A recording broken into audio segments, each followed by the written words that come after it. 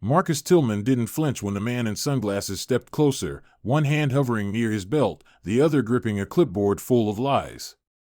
"You're out of compliance," the man said, voice low and firm, "and if you don't cooperate, there will be consequences." Marcus calmly reached for his phone, eyes never leaving the stranger's face, and said, "Then you'd better stick around, because the sheriff's about to hear everything you just said." The Arizona sun had barely crested the edge of the Red Rock Hills when Marcus Tillman stepped out onto the worn wooden porch of his ranch house, a battered Stetson in one hand and a rusted tin coffee mug in the other.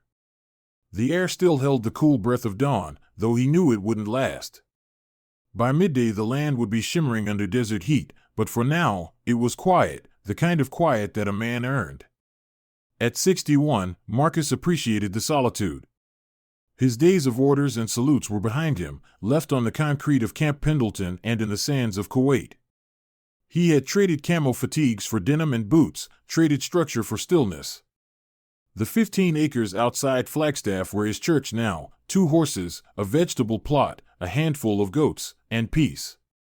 Peace that didn't ask questions. He took a sip of coffee, black and bitter, eyes scanning the gravel road that snaked toward his property. Years of training kept him alert. He noticed the dust plume before he heard the engine. A truck was coming, slow, deliberate, like it had business here.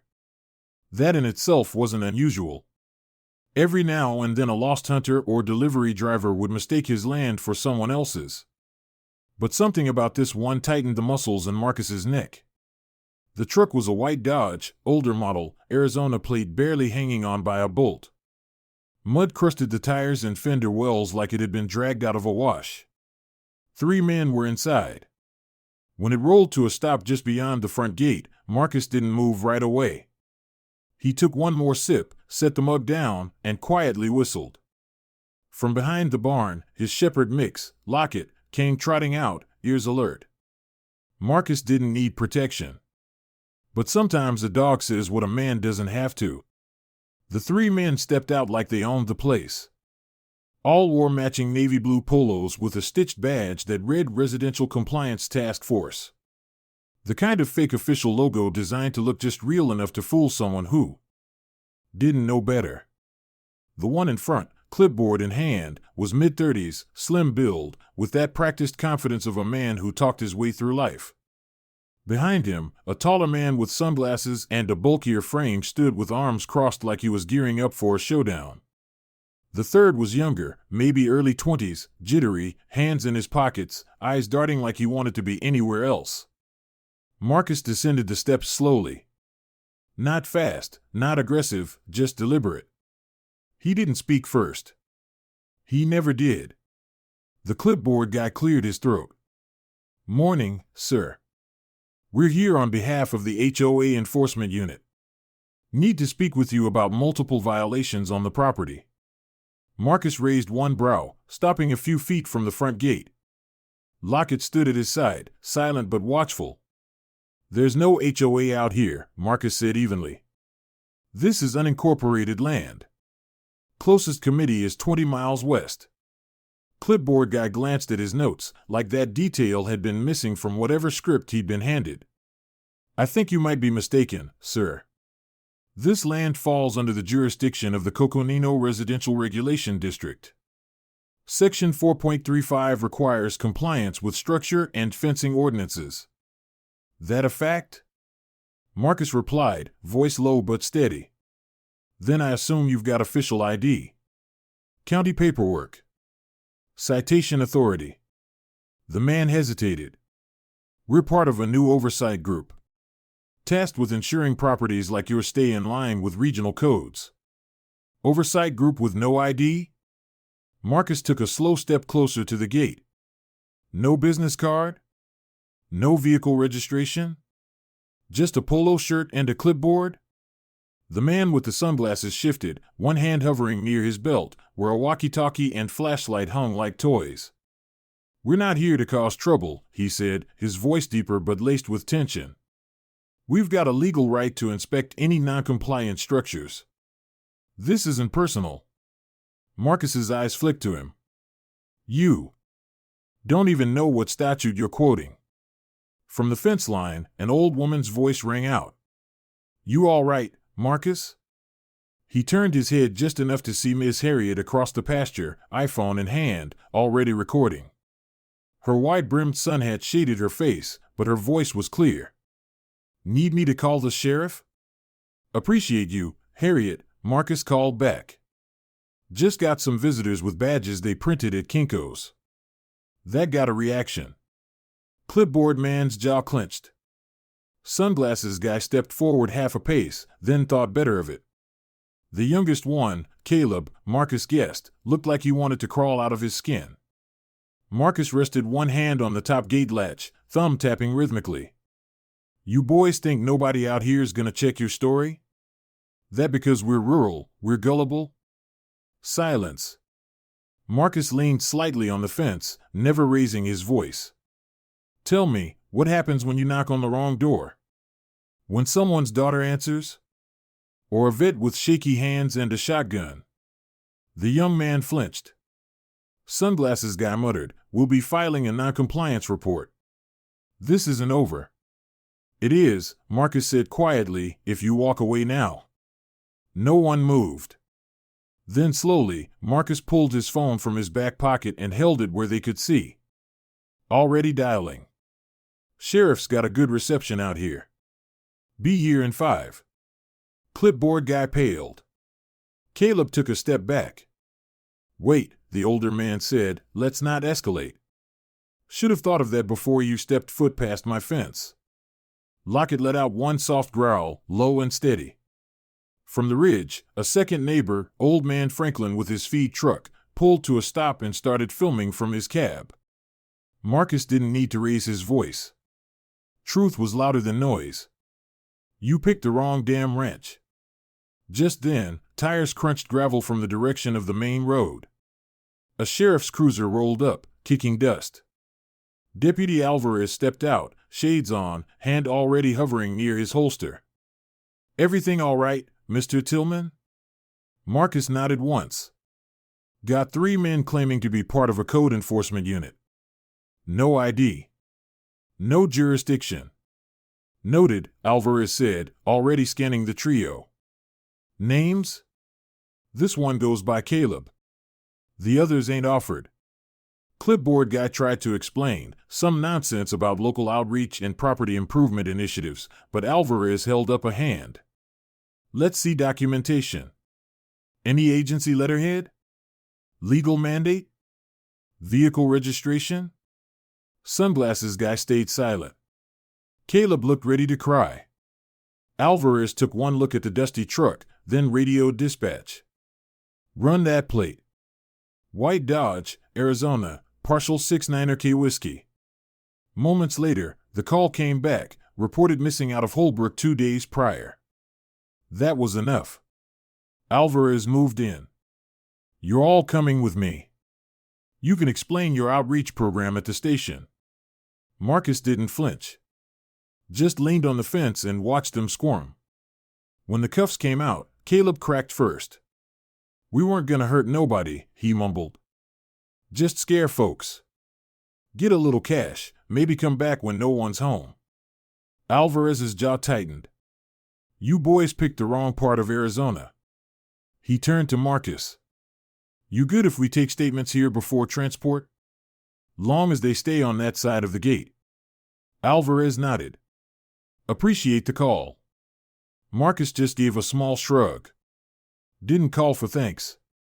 As the cruiser doors slammed shut and the fake enforcers were carted off, Marcus bent down and picked up his coffee mug from the porch step. It was still warm. He took a sip, the wind rustling the dry brush around him, and watched as the sheriff's car rolled back down the road. He wasn't a man who looked for fights. But if they came to his fence line, they'd find him ready. Quiet didn't mean weak. And truth didn't shout, it stood. The moment the sheriff's cruiser pulled away from the front gate, the desert heat seemed to return in full force, like the land itself had been holding its breath through the entire encounter. Marcus Tillman stood in the gravel driveway, the dust barely settled around his boots, coffee mug still in hand, eyes following the retreating shape of the patrol car until it disappeared beyond the mesquite trees. Lockett, his shepherd mix, padded quietly beside him, ears still twitching. The wind carried the faint metallic clink of tools swinging in the barn. Everything was still. But Marcus knew it wasn't over. Not by a long shot. Less than 10 minutes later, another cruiser came up the road, slower this time, lights off but presence known. Deputy Langston and a second officer stepped out, nodding to Marcus with that practiced calm worn by lawmen who've seen too much and trust too little. Langston was younger than Alvarez but cut from similar cloth, steady hands, eyes that didn't blink fast. "Morning, Mr. Tillman," Langston said. "Mind if we take a look at the vehicle and talk to the neighbors?" Marcus gave a single nod. "Harriet's got footage.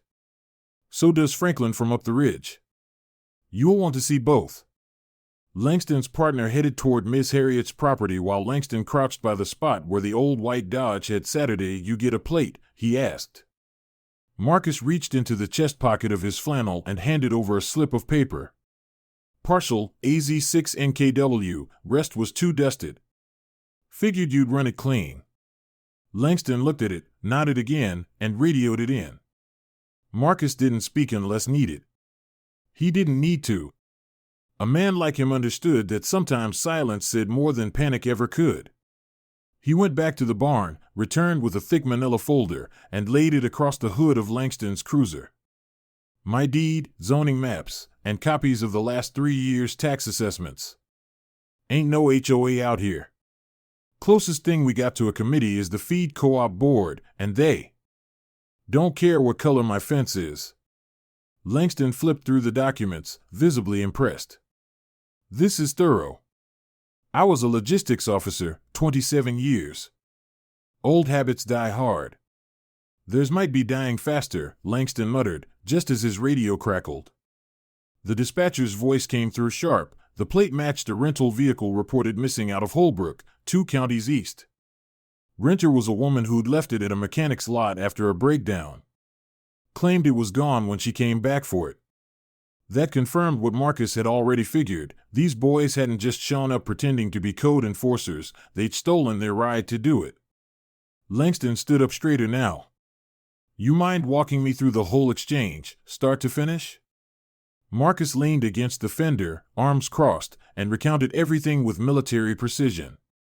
No embellishments, no dramatics. Just facts. He described the way they approached, the language they used, how they attempted to assert authority without providing credentials, and how the youngest one, he never gave a name but Marcus pegged him as a Caleb, started to fold the second a neighbor raised a phone. "That one wasn't made for pressure," Marcus said. He was twitching the whole time. Trying to keep up with the others, but his gut wasn't in it. "What about the guy with the sunglasses?" Langston asked. "Leader," Marcus answered without pause. "Didn't blink. Watched me the way a wolf watches a sheepdog. Calculated. Didn't raise his voice, but every word was an attempt to bait. You think he's done this before? I think he's done worse." The deputy stared off toward the horizon, dust clouds rising in the distance as Harriet and Franklin came down from their respective perches, phones in hand, ready to provide what Marcus already knew would be crystal clear footage. It didn't take long for Langston to gather the statements, match the timeline, and get confirmation from dispatch that the sheriff wanted all 3 suspects booked immediately. Just before noon, Sheriff Alvarez returned with 2 detectives and an unmarked black Tahoe. They parked at the far end of the driveway and joined Marcus and Langston by the porch. The sheriff was all business. "We just got a hit off facial recognition," he said, flipping open a leather folder. Inside were DMV photos and rap sheets. The one in sunglasses, Garrett Sloan. Wanted in Maricopa County for fraud, impersonating a state official, and suspected in a break-in near Tuba City. The kid, Caleb Morris, no priors but flagged in a suspicious activity report 6 months back. Said he was canvassing for an energy company that doesn't exist. Marcus exhaled through his nose. "Figures. We're guessing this isn't their first rodeo. We found similar complaints filed across northern Arizona over the past 8 months.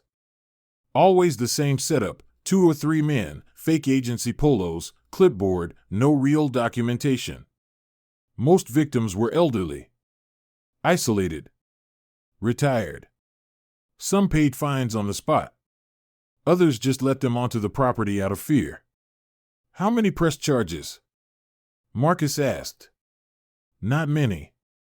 Most thought it was their mistake, or didn't want the trouble. But now, Alvarez flipped to the last page of the file, showing a map with pins scattered across half the state. Now we've got a pattern. Marcus didn't gloat. He just gave a small nod, eyes steady. You think they were planning to come back? We do, the sheriff answered. We found duct tape, bolt cutters, and a set of empty trash bags in the bed of that truck. Nothing you need to inspect a fence. But plenty for something worse. Langston muttered a curse under his breath. Damn. Alvarez turned to Marcus. You did the right thing, calling us. You might have saved more than your own property. Didn't do it for credit, Marcus replied. Did it because this land's mine? And no man in a $12 shirt gets to tell me otherwise. The sheriff nodded once, then looked at the folder in his hands. You. Willing to make a formal statement? Might help us connect more dots. Marcus didn't hesitate. Of course.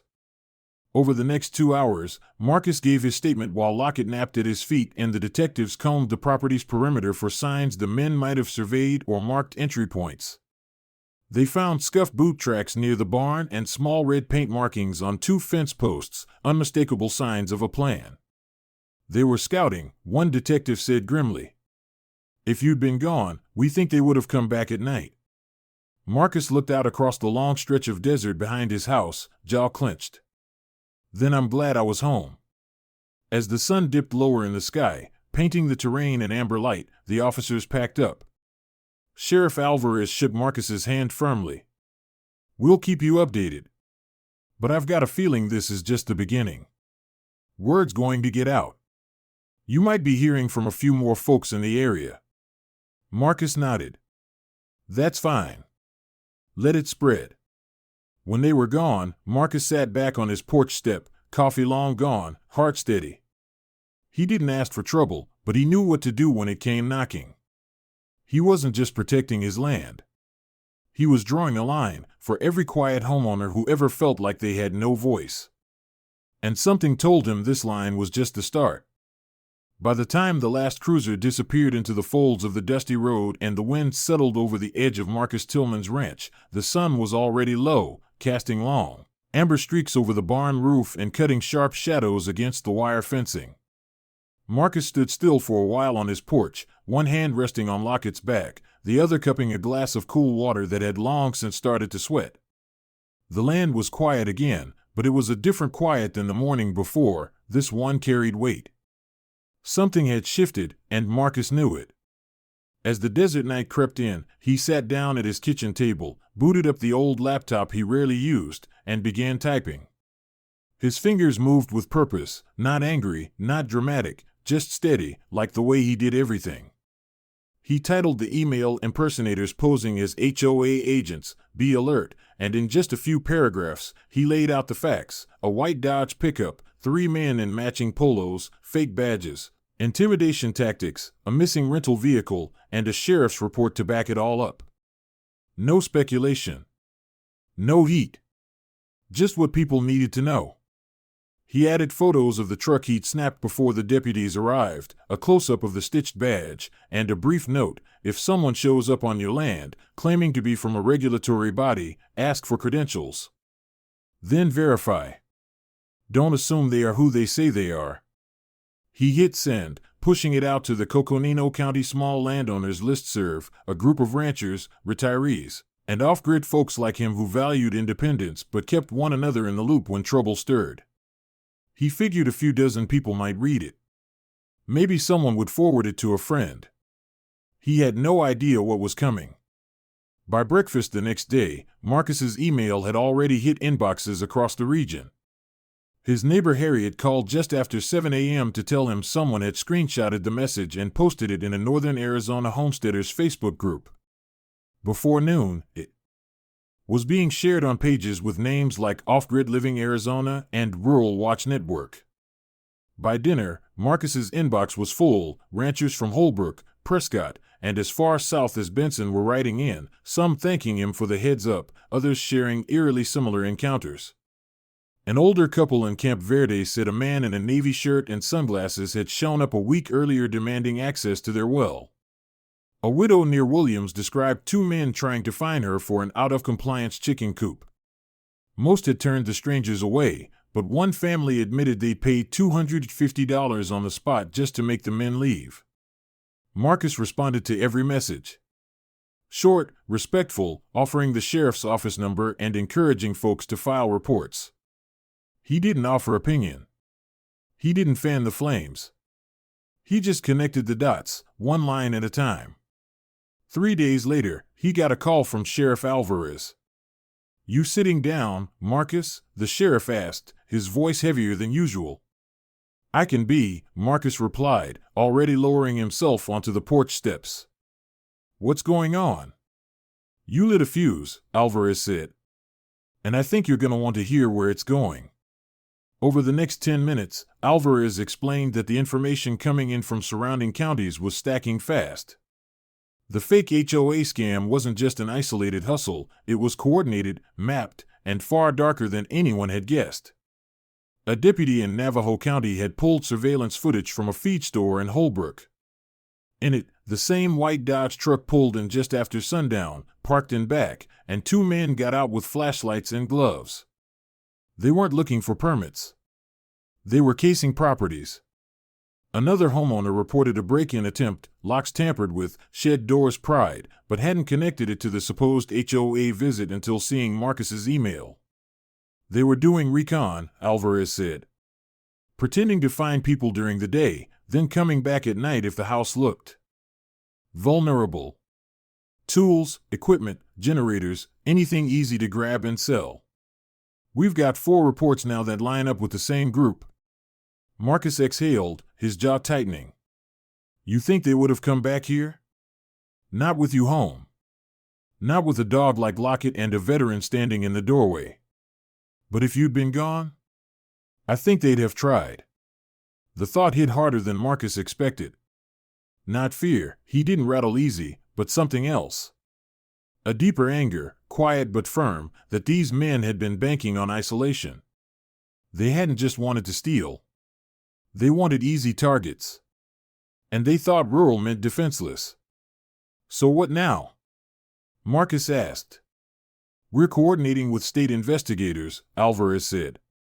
"If you're willing, we'd like to include your original email in the official bulletin we're sending statewide."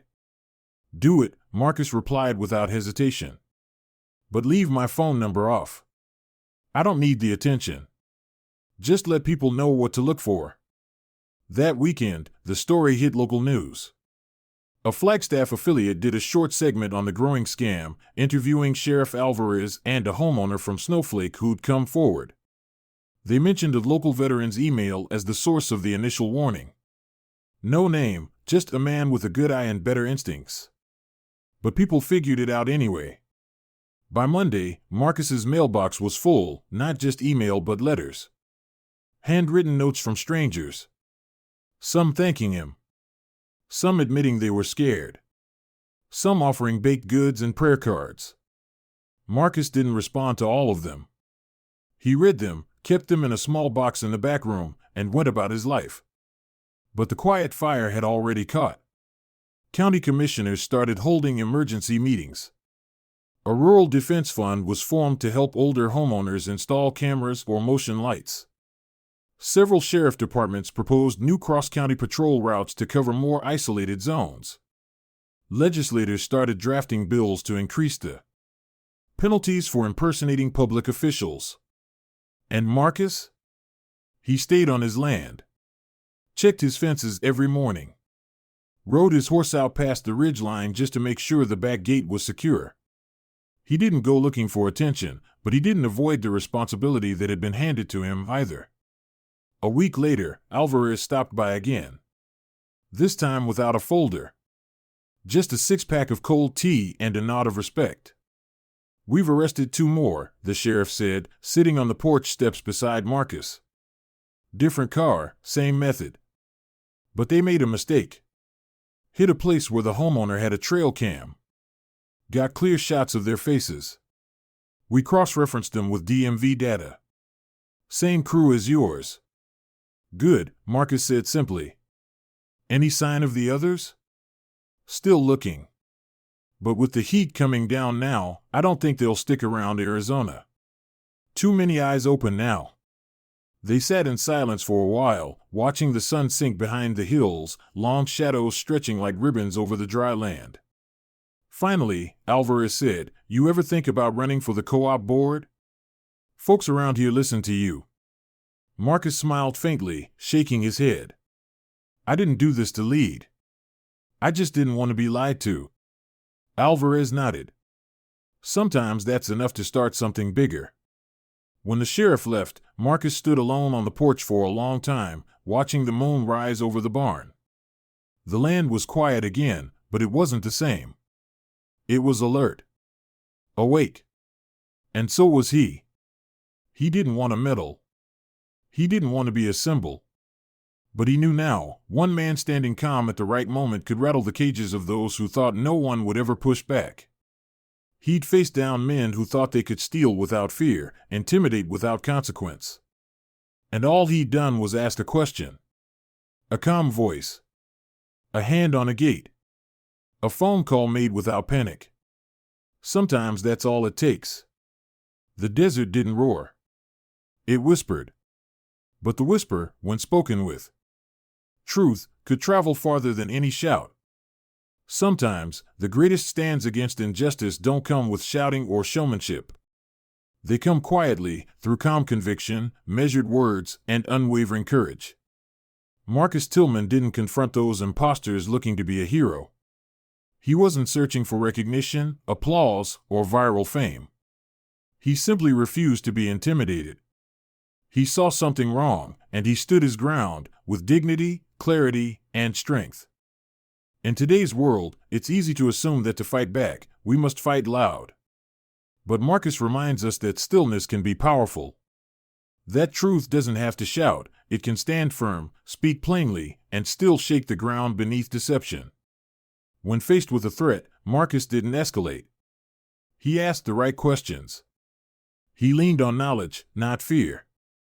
He stayed calm, not because he wasn't angry, but because he understood that clarity and courage are stronger than panic. The lesson is this: you don't have to be loud to be heard.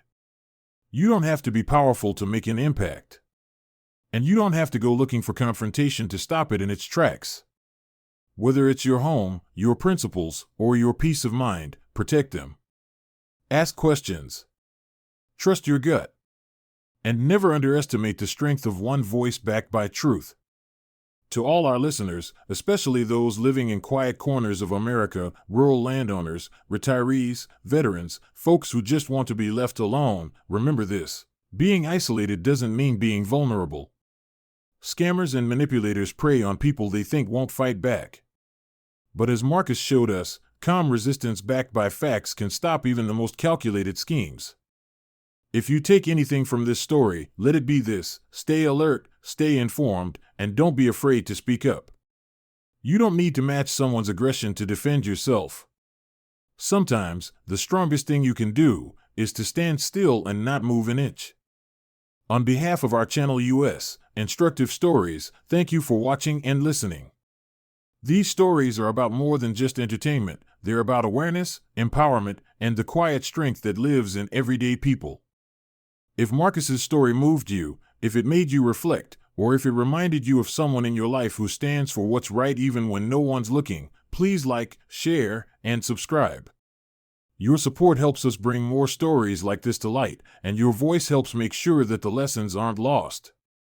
Stay safe, stay strong, and as always, thank you for being here with us.